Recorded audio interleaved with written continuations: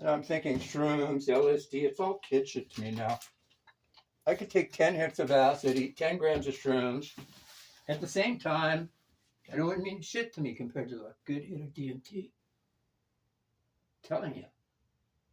I'm at a point now where it doesn't even matter. I could take 10 hits of acid. Wouldn't even bother me. I've eaten 10 grams of shrooms. It was like, I just ate 4 grams, 5, 3.5. Like you reach a point where it's like, you never reach that point with DMT. Acid, yes. Shrooms, yes. DMT, never. That's the big boy shit. Stop. That's what separates the men from the boys. If you think you can handle, if you can't handle shrooms or acid, you certainly won't be able to handle DMT. No, no, no, no, no. You gotta really know what you're doing to deal with that shit. Most of you don't. That's why most of you, thank God most of you don't have access to it. I wouldn't want the common man to have access to DMT, smokable form, because they're too unstable to appreciate it. It takes a certain mental stability. Gotta be strong, mentally strong. I'm not even sure I'm mentally strong enough for it sometimes. But I'm more mentally suited for it than 95% of the population out there. After a while, it's all the same. It's like you can only go so far, even on the DMT.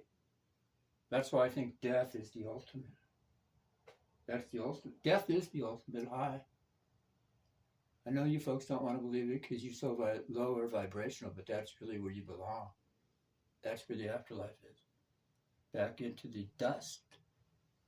Really not meant. Most of you are not meant to exist in human form. I'm telling you, most of you are not. Why? Because you don't live up to what being a person is like. You're weak, you're cowardly, most of you. Insecure. Seriously. I see it. It's just demoralized, unhappy. Most of you are fucking miserable. You think most of you are like happy-go-lucky guy like me? Even by himself. That's when I'm the happiest, actually. Most of you cannot deal with yourselves, unfortunately. You always got to be around other people. God forbid I'll lock you in a room for an hour by yourselves. So if you got stuck in an elevator for 2 hours without your cell phone, you would go cuckoo. That's how little most of you know and like about yourselves. And that's how boring most of you are to me. See? You don't even want to be with you. Why would I want to be with you? Think about it. I hate to say it, most of you are just fucking boring. You're boring people. And I don't get bored very easily, but I'm telling you, most of you have zero personalities, zero charisma, zero anything going for you. You might have money, maybe good looks, but beyond that, most of you don't even have anything of value deep down. Most of you. Not all of you. 80% of you, yes. 20%, no. Hence, most of you are pathetic fucking losers. And you put up with a lot of nonsense and a lot of bullshit with your fake-ass pretend empathy. None of you are empathetic creatures, yet, I'll be accepting of this and that. Fuck you. You're not accepting of anything. You don't even accept yourselves, most of you.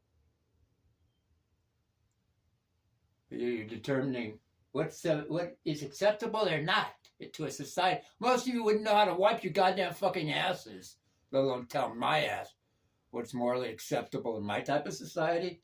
Most of you are not fucking fit for that. You're degenerates. I'm not saying I'm not at certain times, but yeah, I see. I go out there. Most people, I repeat, are fucking losers. Fortunately, I don't interact with most of those people, though. See? That's the beautiful part about it. The people I interact with are not losers. I'm just saying what I see out there. Am I making a judgment call? Am I being judgmental? Yes. Yes, I'm being judgmental. And you can come over to my fucking messy house and be judgmental at me if you want. No, you can't.